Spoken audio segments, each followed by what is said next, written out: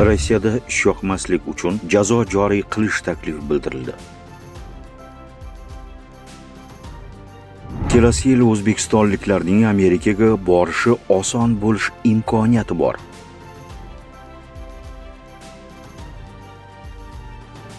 Rossiyadagi o'zbekistonlik haydovchilar ogohlantirildi.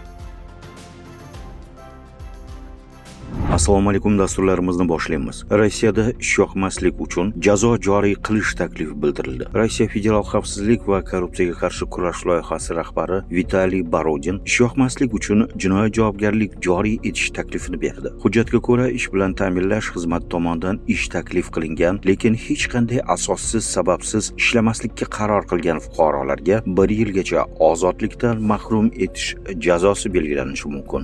Davom etamiz. Kelasi yil o'zbekistonliklarning Amerikaga borishi oson bo'lish imkoniyati bor. Sababi Amerika Qo'shma Shtatlari 2026-yilgi futbol bo'yicha jahon chempionatiga chipta sotib olganlarga viza uchun suhbat belgilashda ustuvorlik beradi. O'zbekiston esa chempionatga chiqqan, demak o'zbekistonliklar chipta olib, vizani tezroq olishi mumkin. Chiptasiz viza emas. U Amerika Qo'shma Shtatlariga kirishni kafolatlamaydi. U faqat suhbatga tezroq tayinlanishni ta'minlaydi. Siz baribir boshqalar bilan bir xil tekshiruvdan o'tasiz. Yagona farq, siz navbatda oldinga surilasiz, dedi Amerika Qo'shma Shtatlari davlat kotibi Mark Rubio.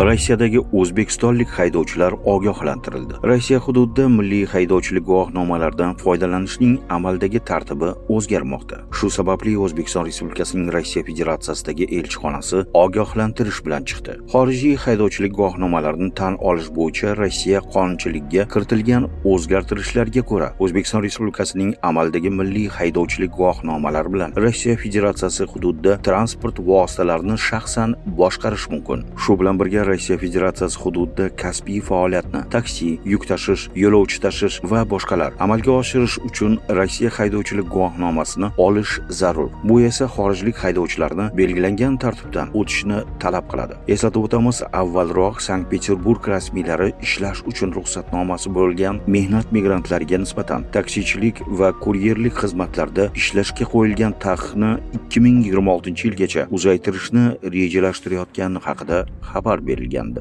Qo'shni Qozog'istonga o'tamiz. Qozog'istondagi yirik yong'inda 12 kishi, jumladan 9 nafar bola halok bo'ldi. Turkistonda yuz bergan fojiada yong'in uyning taxminan 360 kvadrat metr maydonini qamrab olgan. Uy tomi qulab tushgan. Halok bo'lgan bolalarning eng kichigi 2024-yilda tug'ilgan. Hodisada 3 kishi tirik qolgan. Ularning ahvoli og'ir, ammo barqaror. Qozog'iston prezidenti hamdardlik bildirdi. Fojia sabablarini o'rganish uchun hukumat komissiyasi tuzildi. Politsiya yong'in xavfsizligi talablari buzilishi bo'yicha jinoiy ish qo'zg'atdi.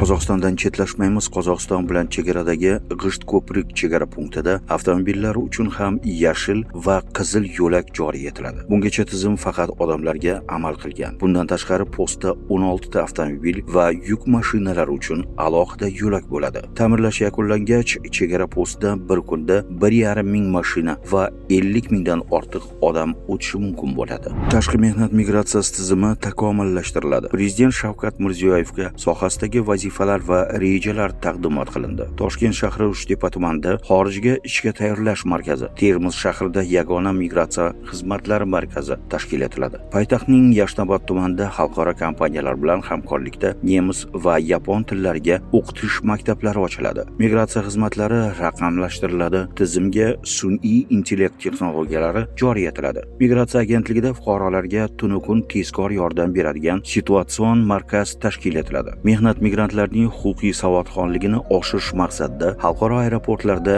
interaktiv migratsiya infokiosklar o'rnatiladi. Prezident Jinoyat kodeksiga noqonuniy migratsiyani tashkil etish va ko'maklashish uchun javobgarlik kiritish masalasini o'rganishni topshirdi.